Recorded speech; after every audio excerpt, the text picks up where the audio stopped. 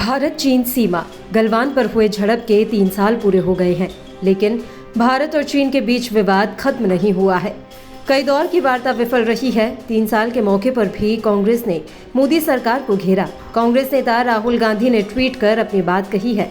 उन्होंने लिखा कि गलवान घाटी के संघर्ष में शहीद हुए हमारे सभी वीर जवानों को उनके शहादत दिवस पर शत शत नमन।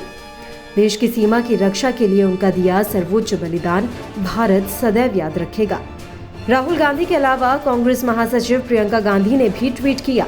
प्रियंका गांधी ने लिखा कि देश की रक्षा करते हुए गलवान घाटी में शहीद हुए सभी वीर जवानों को नमन। हम वीर जवानों की शहादत कभी नहीं भूलेंगे और इस सर्वोच्च बलिदान के लिए हमेशा उनके ऋणी रहेंगे। राहुल गांधी और प्रियंका गांधी के अलावा कांग्रेस के बॉस मल्लिकार्जुन खड़गे ने भी ट्वीट कर श्रद्धांजलि दी। खड़गे ने अपने ट्वीट में लिखा, 3 साल पहले गलवान घाटी में अपना सर्वोच्च बलिदान देने वाले 20 वीर जवानों को कृतज्ञ राष्ट्र की ओर से भावभीनी श्रद्धांजलि। मोदी सरकार की नाकामियों के चलते एलएसी पर इन 3 सालों में पूर्व यथास्थिति अब नहीं है। हम 65 में से 26 पेट्रोलिंग पॉइंट्स पर अपना अधिकार खो चुके हैं। हमने संसद में ये मुद्दा कई बार उठाने की कोशिश की है, पर मोदी सरकार देशवासियों को अंधेरे में रखना चाहती है।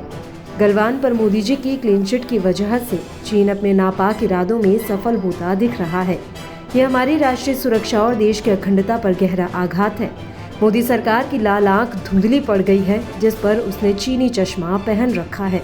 विपक्ष में रहकर हमारा काम है देश को चीनी विस्तारवादी नीति के खिलाफ एकजुट रखना और मोदी सरकार के चीनी चश्मे उतार फेंकना। दरअसल गलवान में चीनी झड़प के बाद सीमा पर शांति के लिए एक नहीं बल्कि 18 राउंड की बातचीत हो चुकी है।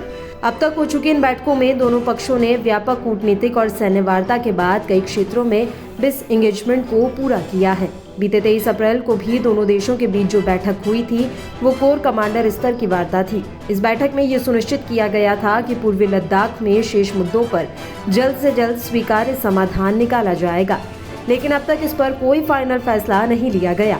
गलवान में 3 साल पहले आज ही के दिन भारतीय सेना के कर्नल बी संतोष बाबू के साथ 20 जवानों ने चीन के सैनिकों से संघर्ष में देश की हर एक इंच जमीन की रक्षा करते हुए शहादत दी थी।